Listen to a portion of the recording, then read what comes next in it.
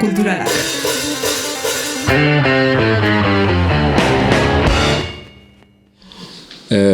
Atxaldeon edo gauan.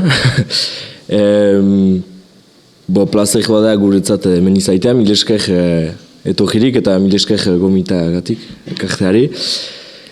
Niniz eki, hau da Toma, eta oiek ezagutzen duzuela. Gu biak gira beraz dokumentalaren egileak. Eta hori aitzin, beraz, Baionako Etxepare lizeoko ikasle hoiak.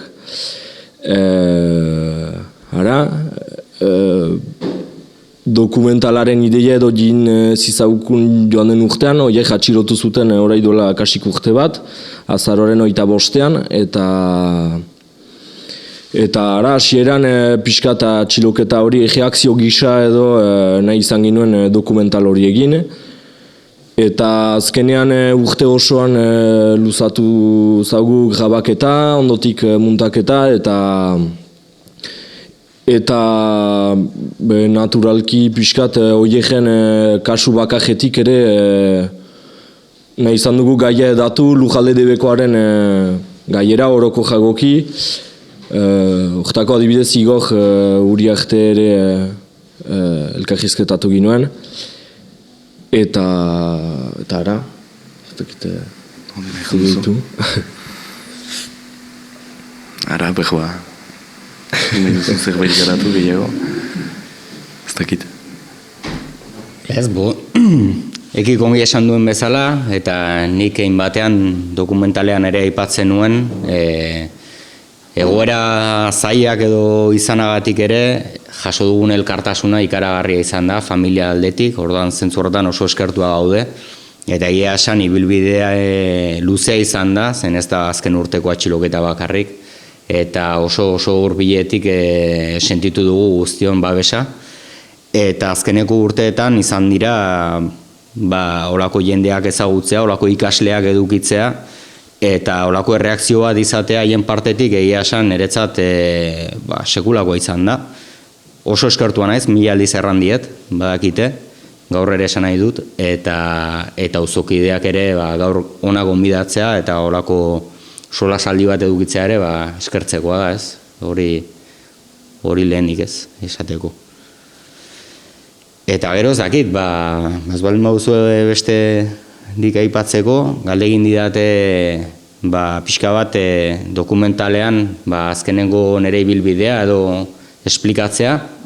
Ez dute zer prestatu, uste dut hobeto. Orduan, ni saiatuko naiz alik eta argien eta laburren egiten, ez da inastun eta luze izan, edo nola, edo zer gauza baldin baduzu galdetzeko, esan lasai.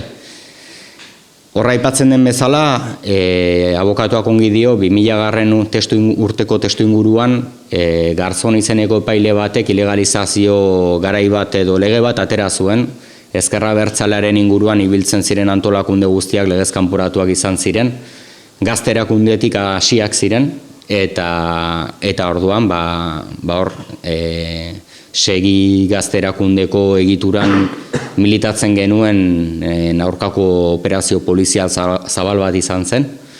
Nik 18 urte bete berriak nituen, egun batzuk lehentxeago, eta arrazoi horrexegatik leporatzen zizkidaten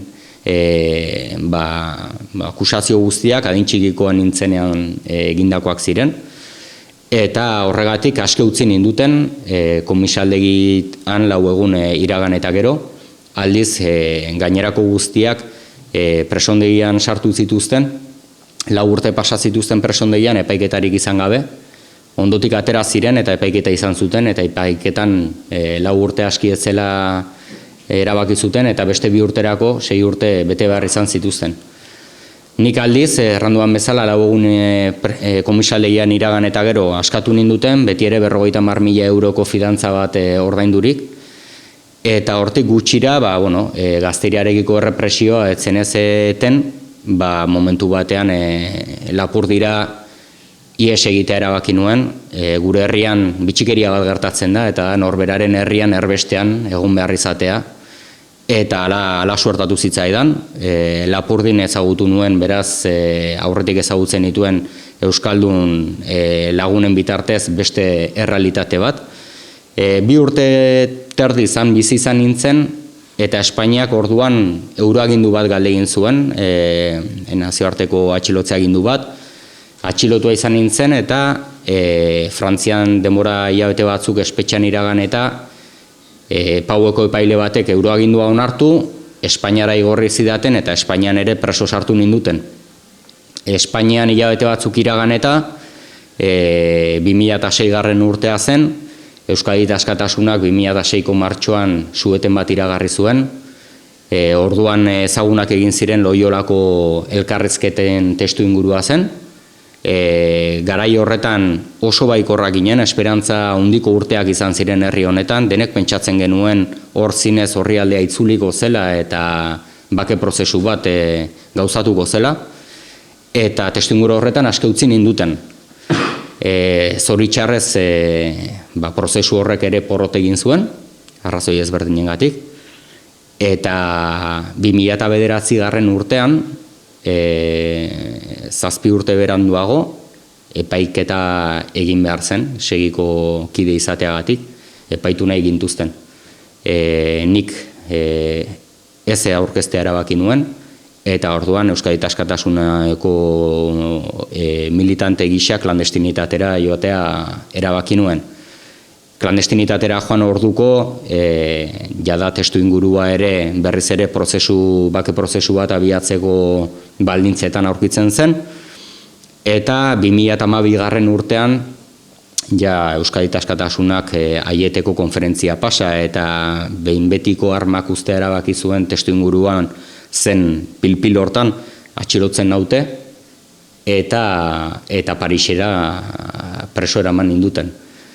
Presondegian nintzenean bi epaiketa zain nituen, batetik bazen Euskadi Askatasunako militante gisa Parisen epaitu behar ninduten, eta bestalde Espainiak segitzen zuen segiko kide izanagatik gaztetan epaitu nahi nindutela. Orduan euroaginduak galdegin zuten, baina Versailleseko epaile batek erabakitzen du ez zela deliturik, segiko kide izatea ez zela delitu bat Frantzian, eta abokatuak ongi dioen bezala 2007 urtera arte etzen delitu bat, segiko kide izatea, beraz, ez zuen hortan nero euroagindua onartu. Parisen epaiketa izan nuenean ordea, 4 urteko espetxe zigorra ezarri eta lurralde debekua, Frantzian bizitzeko lurralde debekua bizi osorako ezarri zidaten. Orduan kondena bukatzen dudalarik, egoera ezoiko bat gertatu zitzaidan, eta zen Espainiak epaitu nahi ninduela, baina Frantzia etzela ni epaitzearekin ados, eta era berean Frantzian ez nuela bizitzerik. Horrek ekarri zuen erabakitzea epaile batek Pariseko auzo batean asignatzea, handik atera gabe, egunero 3 aldiz sinatzera joan barra nuen, eta paperik gabe egon nintzen, beraz ez nuen ikasterik, ez nuen lan egiterik, ez nuen neko egoera ulergaitza zen juridikoki. Gure interpretazioa da egoera hori hain zen jasangaitza edo justifikatzeko zaila, non frantsesek egingo zutela espainolei presio bat, erranez, itxiozu edo sierra honi eta horrela kanporatzen dugu hemendik, eta ala, espainolek dosierra itxi zuten eta kanporatu ninduten, ez? 2015 urteko uztaian Madrilen utzi eta segidan grosera iritsi nintzen, segulako ongietorria egin zenidaten, ordu hartan ere. Eta momentu horretan lurralde debekua nuen, Frantzian bizitzeko lurralde debekua nuen, eta orduan nire familiarekin, nire bikotearekin eta semeekin bizitzeko eskubiderik ez nuen. 2 aldiz saiatu ginen lurralde debekua kentziezaten, dosier bat aurkeztu genuen, bietan ezezko erantzuna jaso genuen, eta orduan egoerak ez zuen aterabiderik, edo haiek kentzen zuten haien bizitokia, ikastolatik atera semeak, bikoteak ere lana utzi eta denak hemen instalatzen ginen, edo nikara joateko erabaki hartzen nuen arriskuak harturik. Balantzan jarrita nik arrisku hartzea erabaki genuen, azken batean ikusten bai genuen aurren identitatean norbera bere herrian sustraitua izateak sekulako garrantzia duela. Balore unibersalak eman behar zaizkie, baina norberak bere herriko sustraiak ez baldin baditu ez da persona bat garatzen al. Eta orduan ez genuen dudarik eduki, ardura jokatzea iruditzen zitzaigun arriskuak hartzea zela. Modu horretan bizi izan naiz 4 urtez, 4 urtez hala ere ez naiz inolaz ere bizi klandestino batean izan.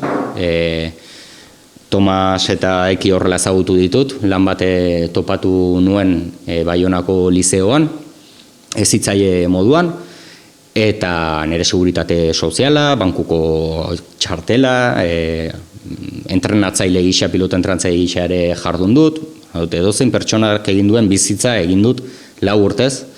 Esan behar dut 4 urte hauetan izan ditu dela edozein pertsonak dituen komeriak. Jo naute autoistripu bat izan dut eta poliziarekin tratatu dut, komisaldegira eraman didate papelak egitera. Gelditu naute kontrol polizialetan eta txartela eman dut. Eta beti, beste edozein herritar bezala, atera naiz, inolako arazorik gabe. Gure herrian zoritxarrez ere, gertatzen da, maiz, polizia etortzen dena izan jezazpia gure herrian egiten delako, Frantziako turra pasatzen delako, emigranteen problematikagatik muga herrialde batean bizi garelako, eta azken urtean COVID-aren aitzakiarekin ere, gure eskualdea poliziaz lepo izan da, eta oraingoan kontrol arrunt batean erori eta bestetan ez bezala atxilotu eta lurralde debekuarenak saltatu zuen, ez. Orduan, egia esan guk arazo batetatik aukera bat ikusi dugu, aukera zen behingoagatik egoera mahai gainean jartzea eta ea bide batez konpontzen genuen. Horrexegatik dosier bat aurkeztu genuen Pariseko epaitegian eta iragan astelenean izan dugu epaiketan fiskalak bere posizioan mantendu da, berak erraiten du lurralde debeku hori ez zaidala kendu behar, eta epaileak erabaki du abenduaren 6ean emango duela bere erantzuna, orduan bitartean zai gaude. Ez dakit, zer gehiago esan. Erran nezake lurralde debekuarena agian ez dela gai oso ezagutua, azken batean Euskal gatazka honetan baditugulako muturreko egoera pila bat, eta azken batean denei erantzutea ez da posible izaten, eta batzuetan ere gai batek beste bat estaltzen aldu, eta normala den bezala beste gai batzuei ematen zaie lehentasuna. Oraingoan aldiz, nola gaia zartatu zen, ez genuen beste aukerarik gai hau ere ezagutarazteko eta borrokatzeko. Hori izan da arrazoia. Esan ere lurralde debekua ongi aipatzen duen bezala Igorrek dokumentalean sistematikoki jartzen zaigun neurri bada preso egon garen, Frantzian preso egon garen euskaldun guztioi. Esan ere arbitrarioki batzuei ez dietela ezartzen.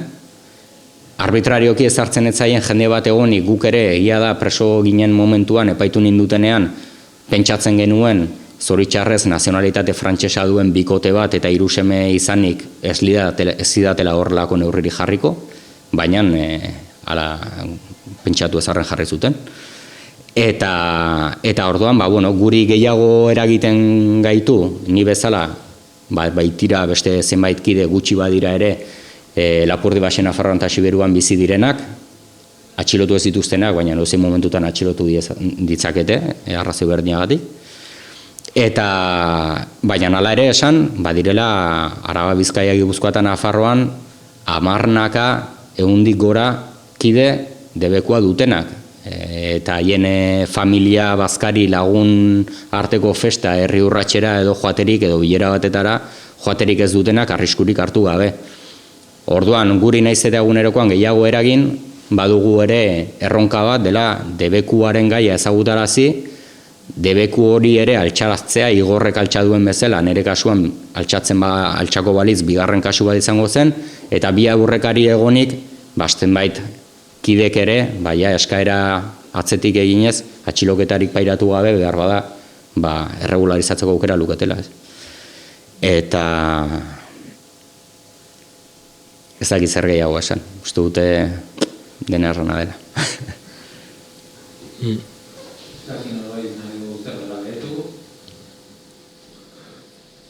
Nik justu nahi nuke gehitu pixkat kontestualizatzeko ere, baina Ipajaldea beraz txipia dela, Ipajaldaren baitan euskal komunitate hori edo oino txipiagoa, eta azkenean nolabait denek pixkat elgar ezagutzen dugula, denek ditugu lagunak bai Siberuan, Basena Fajon, Lapurdin, eta Etxepare lizeoa izaiten da justuki Ipajaldeko jendearen ezagutzeko parada, eta hortan oiegen atxiloketak ukan zuen inpaktu ikaragarria, anitzek ere ez ginakien edo ezakiten debeko horrekin bizizela horiek, eta beraz horrek inpaktu handia ukan zuen lizeoan berean, baina baita uste dut gurasoen edo ikasleen gurasoen baitan, eta hortako guri manera ona iruritutzi zaigun, edo justu zerbait egiteko behar jasen ditu ginoen, eta hola sortu da dokumental hori, ez da izan urteetan pentsaturiko proiektu luzea, baina zinez egoera baten aitzineko erreakzio espontaneo bat hasieran, eta gero garatu dena, maleruski jadanik pasatu zaigu urte bat, edo sustut oiegi pasatu zaigu urte bat egoera hortan, eta hortan urte bat gehiago pasatu da, zigor bat gehiago da hori, jadanik ukandituen zigor guziekin, eta orai espero dugun bakarra, denek espero dugun gauza bakarra, uste dut dela epaiketa hori positiboki ateratzea, lujalde debekoak entzea, eta uste dut denek badugula lizeoan beden badutela oiegen beharra Ipajaldean, eta espero dugu gauzak hola bukatzea.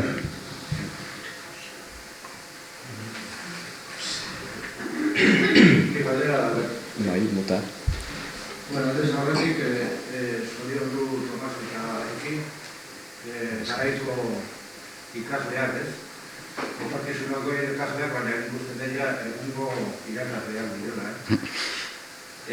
oso profesionala, iruditu zait gainera dokumentala, eta, dikamarekin, egin dezuten montaia, oso profesionalak egiten dutena, baina, gara, zuek ez magazkiak jareten ez, horretik, zorion du, pare bat aldi gutxien.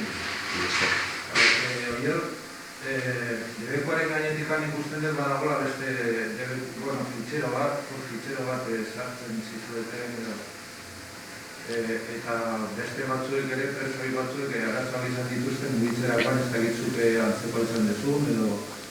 Egia, azten nuen aipatzea gainera horri irudietan agertzen da.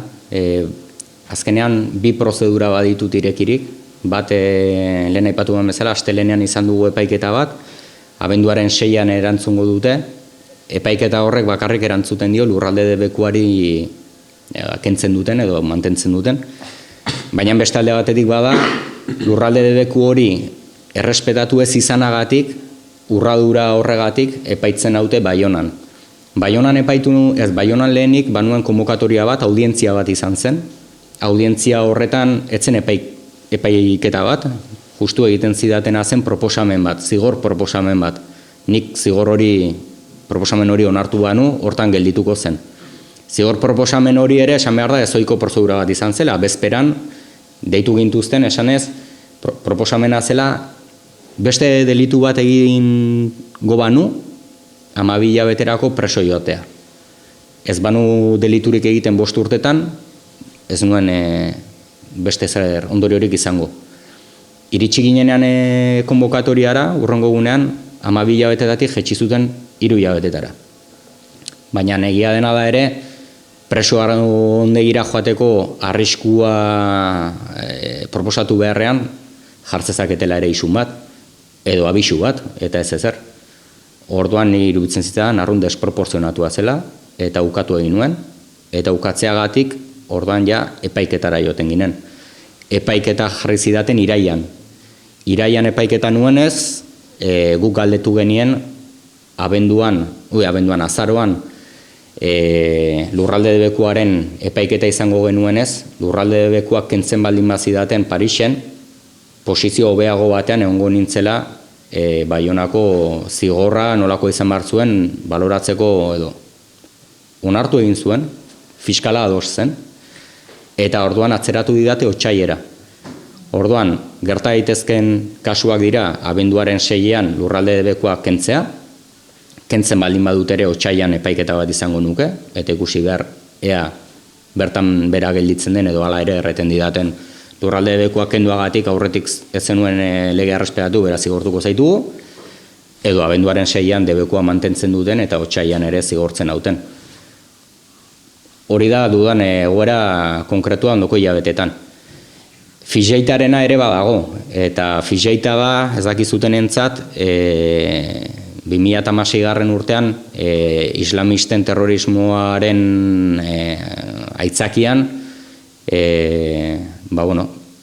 militante independentista guztiak izan korsikarrak edo euskaldunak Frantzian behar dugu 3 hilabetero gure enun bizigaren errolda edo behar dugu etengabe eraman edo bidali, eta norabai joaten baldin bagara oporretara behar dugu gure itinerarioaren ondik norakoa gau bakoitza ze hoteletan lo egingo dugun, eta ni adibidez jo nintzela egunetarako Erromara eta Florentziara, eta dena eman behar izan nuen, bestela ez nuen baimenik hegazkina hartzeko adibidez. Eta orduan egoera hori mantenduko litzateke. Zentzu horretan adibidez, abenduaren 6ean erantzungo balute lurralde debekuak kentzea, 3 hilabetero joan barko nintzateke komisaldegira sinatzera ziurtatzeko hor jarraitzen dudala. Nire kasuan kondena ez zelako hain luzea izan, horrek 10 urtez egitera behartzen hau, baina kondena luzeagoa duten kideek egin behar dute 20 urtez.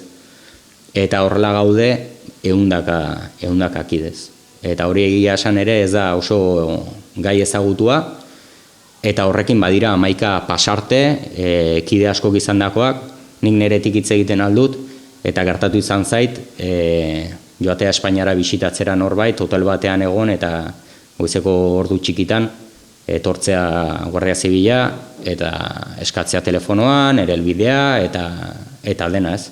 Edo gertatu zait ere bai, 50, 60 ikasle ingururekin eskiatzera joaitea, eta nire hotelean agertzea, berriro ere justifikatzeko non bizi naizen, edo dena erakoa, edo, ez duk segituko, baina eragiten du, eta egia dena da, dugun eskarmentuarekin erlatibizatzen dugula, baina aspergarria dela, eta beti ere tensio batean egotea suposatzen duela.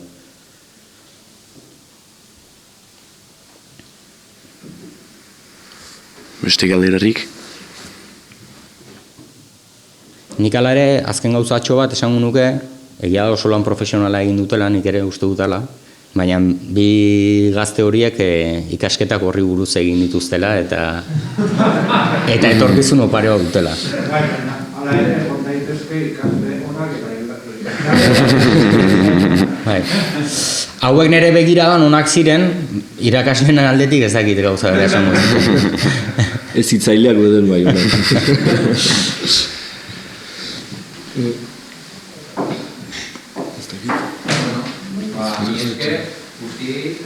Nesker zuri. Zuri, bai, plazer bat, izan da.